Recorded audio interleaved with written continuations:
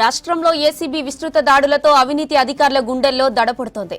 సెటిల్మెంట్లు, దందాలు, అవినీతికి పాల్పడుతున్న పోలీసులపై ఏసీబీ స్పెషల్ గురిపెట్టింది. వాస్తవానికి శాంతి భద్రతల పరిరక్షణలో పోలీసు శాఖ అత్యంత కీలకం. అలాంటిది ఈ మధ్య కొందరు పోలీసులు సెటిల్మెంట్లు, దందాలు చేస్తున్నారనే ఆరోపణలు, విమర్శలు ఎప్పటినుంచో పెద్ద ఎత్తున వినిపిస్తున్నాయి. ఈ సమయంలోనే ఏసీబీ సీరియస్ గా ఫోకస్ పెట్టింది. కొంతమంది తీరు వల్ల పోలీస్ డిపార్ట్మెంట్ కు చెడ్డ పేరు వస్తుందనే ఆందోళన వ్యక్తమవుతుంది.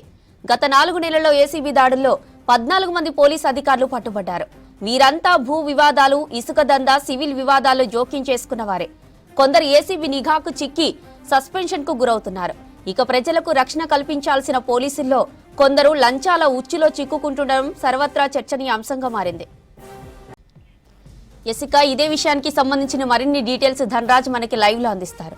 ధనరాజ్, ఈ మధ్య ఏసీబీకి పట్టుబడుతున్న పోలీస్ అధికారుల సంఖ్య పెరుగుతుంది. అప్డేట్స్ ఏంటి? ఎస్ జ్యోతి, శాంతి భద్రతల పరిరక్షణలో పోలీస్ శాఖ అనేది చాలా కీలకమైనటువంటి డిపార్ట్మెంటు. అంతేకాకుండా ఈ మధ్య చూసినట్టయితే ఈ సరిగ్గా 4 నెలల కాలంలో చూసినట్టయితే హోంగార్డు నుంచి మొదలుకుంటే డిఎస్పీకి సంబంధించినటువంటి స్థాయి వరకు చూసినట్టయితే 14 మంది అధికారులు కూడా ఈ ఏసీబీకి సంబంధించిన వాళ్ళ ఒక చిక్కి వాళ్ళు వివిధ రకాలుగా వాళ్ళు సస్పెండ్ అయ్యారు.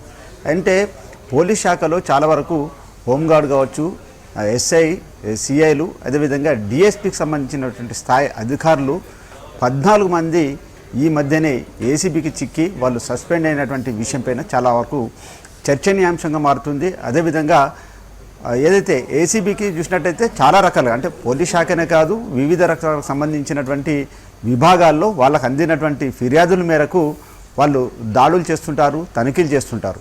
అయితే ముఖ్యంగా చూసినట్టయితే ఏసీబీకి అందినటువంటి ఫిర్యాదులు కావచ్చు, అదేవిధంగా ప్రజల నుంచి వచ్చినటువంటి ఫిర్యాదుల మేరకు మాత్రము ఏసీబీ దాడులు నిర్వహించింది. విస్తృతమైనటువంటి దాడులు నిర్వహించినటువంటి క్రమంలోనే ఒక పోలీస్ శాఖలోనే చాలా వరకు ఈ డిఎస్పీ స్థాయికి సంబంధించినటువంటి అధికార యంత్రాంగం, అదేవిధంగా స్టేషన్కి సంబంధించినటువంటి హౌస్ ఆఫీసర్స్, అంటే సిఐకి సంబంధించినటువంటి అధికారులు కూడా పెద్ద ఎత్తున పట్టుబడడంతో కూడా ఈ పోలీస్ శాఖలో చాలా వరకు వివాదాస్పదంగా మారినటువంటి వారు సస్పెండ్ అవుతున్నారు.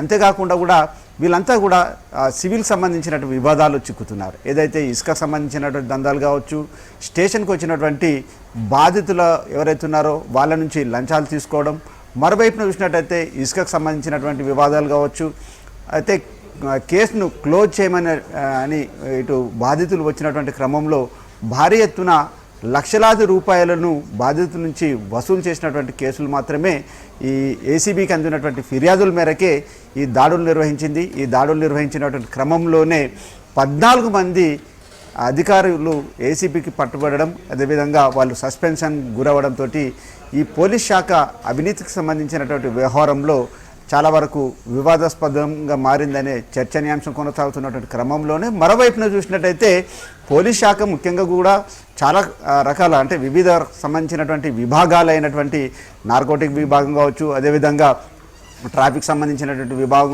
కావచ్చు, అదేవిధంగా సైబర్ సెక్యూరిటీకి సంబంధించిన విషయాలు కావచ్చు, అదేవిధంగా ఏదైతే కాల్ సెంటర్కి వచ్చినటువంటి అతి తక్కువ సమయంలో ఫిర్యాదులను పరిష్కరించడంలో పోలీసులు చాలా వరకు వాళ్ళ పనితీరు కూడా చాలా మెరుగ్గా కనపరుస్తున్నారు తెలంగాణ పోలీసులు. కానీ ఇలాంటి అవినీతి అధికారులు చేసినటువంటి తప్పిదాలతో కావచ్చు, వాళ్ళు అవినీతికి సంబంధించినటువంటి వాటిలో జోక్యం చేసుకొని సస్పెండ్ అవ్వడంతో, ఇలాంటి పోలీసులు ఉండటంతో చాలా వరకు మిగతాకు సంబంధించిన, అంటే మిగతా అంటే ఎవరైతే పోలీసు డిపార్ట్మెంట్లో చాలా మెరుగ్గా బేష్గా పనిచేస్తున్నటువంటి ఈ పోలీస్ శాఖకు అవినీతి మరకలు అంటడం కూడా చాలా వివాదాస్పదం, చర్చనీయాంశంగా కొనసాగుతున్నటువంటి సిచ్యువేషన్ ఉంది. వీరిపైన చూసినట్టయితే ప్రత్యేకించి ఏసీబీ శాఖకు కూడా చాలా వరకు అంటే ఆల్ ఆఫ్ సడన్గా వీళ్ళను టార్గెట్ చేయడం అనేది కాదు, కానీ ప్రజల నుంచి వచ్చినటువంటి ఫిర్యాదులు కావచ్చు, వాళ్ళకు అందినటువంటి ఫిర్యాదుల మేరకు మాత్రమే ఏసీబీ దాడులు చేసుకుంటూ వెళ్తున్నటువంటి సిచ్యువేషన్ ఉందనేది మాత్రము తెలుస్తూ ఉంది. అదేవిధంగా పోలీస్ డిపార్ట్మెంట్తో పాటుగాను వివిధ శాఖలు, వివిధ డిపార్ట్మెంట్లో గవర్నమెంట్ సంబంధించినటువంటి వాటిపైన కూడా ఈ మధ్య కాలంలో చాలా వరకు రైడ్ చేసింది. అదేవిధంగా ఎక్కడ కూడా అవినీతికి సంబంధించినటువంటి విషయంలో మాత్రము ఏ డిపార్ట్మెంటు వ్యవహరించినా కూడా వారిపైన కూడా తగు చర్యలు తీసుకుంటామంటూ కూడా ఇప్పటికే ప్రభుత్వం కూడా చాలా వరకు హెచ్చరికలు జారీ చేసింది. ఇలాంటి క్రమంలోనే ఇక యాంటీ కరప్షన్ బ్యూరో కూడా చాలా దూకుడుగా వ్యవహరించింది. ముఖ్యంగా చూసినట్టయితే పోలీస్ స్టేషన్కి వచ్చినటువంటి జనాలను చాలా వరకు వాళ్ళను ఫ్రెండ్లీగా చూడాలి, వాళ్ళకి సంబంధించినటువంటి ఇష్యూస్ ఏవైతే ఉంటాయో వాటన్నిటినీ సాల్వ్ చేయాల్సినటువంటి పోలీసులు బాధితుల నుంచే ఇలా డబ్బులు వసూలు చేయడం కావచ్చు, అదేవిధంగా బాధితులకు రక్షణ నిలవాల్సినటువంటి పోలీసులు లంచాలు డిమాండ్ చేయడంతో కూడా చాలా వరకు చర్చనీయాంశంగా మారినటువంటి సిచ్యువేషన్ ఉంది.